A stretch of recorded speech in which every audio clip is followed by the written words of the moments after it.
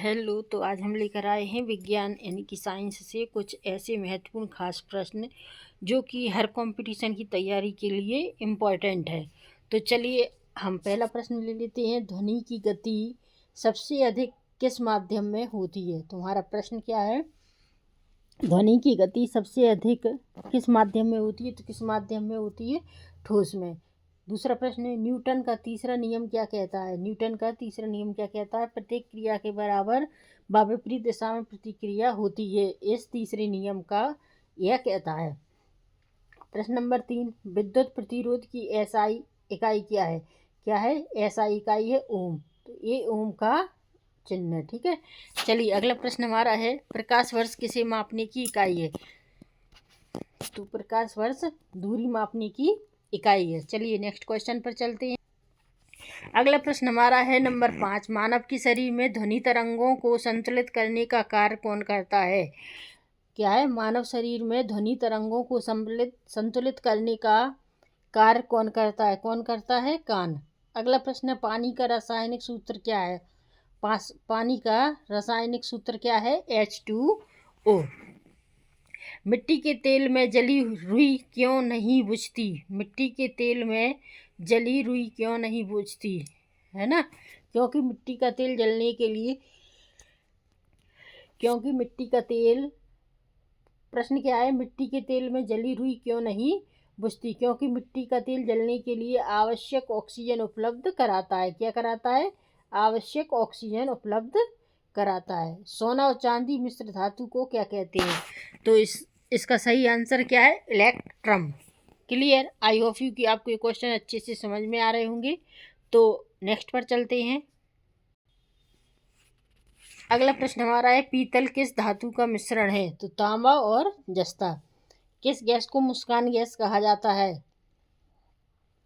किस गैस को मुस्कान गैस कहा जाता है? नाइट्रस ऑक्साइड को। मानव शरीर की सबसे बड़ी ग्रंथि कौन सी है? मानव शरीर की सबसे बड़ी ग्रंथि कौन सी है? यकृत। रक्त का शुद्धिकरण किस अंग में होता है? तो किस अंग में होता है? वृक्क में। अगला प्रश्न हमारा जाता है, इंसुलिन हार्मोन किस अंग से स्त्रावित होता है? इंसुलिन हार्मोन किस अंग से स्त्रावित होता है? तो किससे? अग्नाशय, जिसे हम पेनक्रीज कहते हैं। तो 14वां प्रश्न हमारा है, रक्त में ऑक्सीजन ले जाने का कार्य कौन करता है? रक्त में ऑक्सीजन ले जाने का कार्य कौन करता है? तो हीमोग्लोबिन। सबसे तेज गति से बढ़ने वाला पौधा कौन सा है? तो कौन सा है? बांस। ओजोन परत का मुख्य कार्य होता है, ओजोन परत का मुख्य कार्य होता है सूर्य की हानिकारक परावैंगनी किरणों से पृथ्वी की रक्षा करना। क्या होता है? सूर्य की हानिकारक परावैंगनी किरणों से पृथ्वी की रक्षा करना। चलिए नेक्स्ट क्वेश्चन पर आ जाते हैं। ग्रीन हाउस प्रभाव का मुख्य कारण कौन सी गैस है? ग्रीन हाउस प्रभाव का मुख्य कारण कौन सी गैस है? Carbon dioxide. कार्बन डाइऑक्साइड, जिसे हम CO2 से प्रदर्शित करते हैं। चलिए हमारा अगला प्रश्न है, सौर ऊर्जा का मुख्य स्रोत क्या है? सौर ऊर्जा का मुख्य स्रोत क्या है? सूर्य। कौन सा विटामिन सूर्य के प्रकाश से प्राप्त होता है? तो हमें कौन सा विटामिन सूर्य के प्रकाश से प्राप्त होता है? Vitamin D. यानी धूप से हमें कौन सा विटामिन मिलता है? तो विटामिन डी मिलता है। अगला प्रश्न है, पृथ्वी पर सबसे अधिक मात्रा में पाई जाने वाली गैस कौन सी है? पृथ्वी पर सबसे अधिक मात्रा में पाई जाने वाली गैस कौन सी है? तो नाइट्रोजन। नाइट्रोजन को हम N2 से प्रदर्शित करते हैं। किससे? N2 से। तो ये थे आज के हमारे वेरी वेरी इंपॉर्टेंट प्रश्न।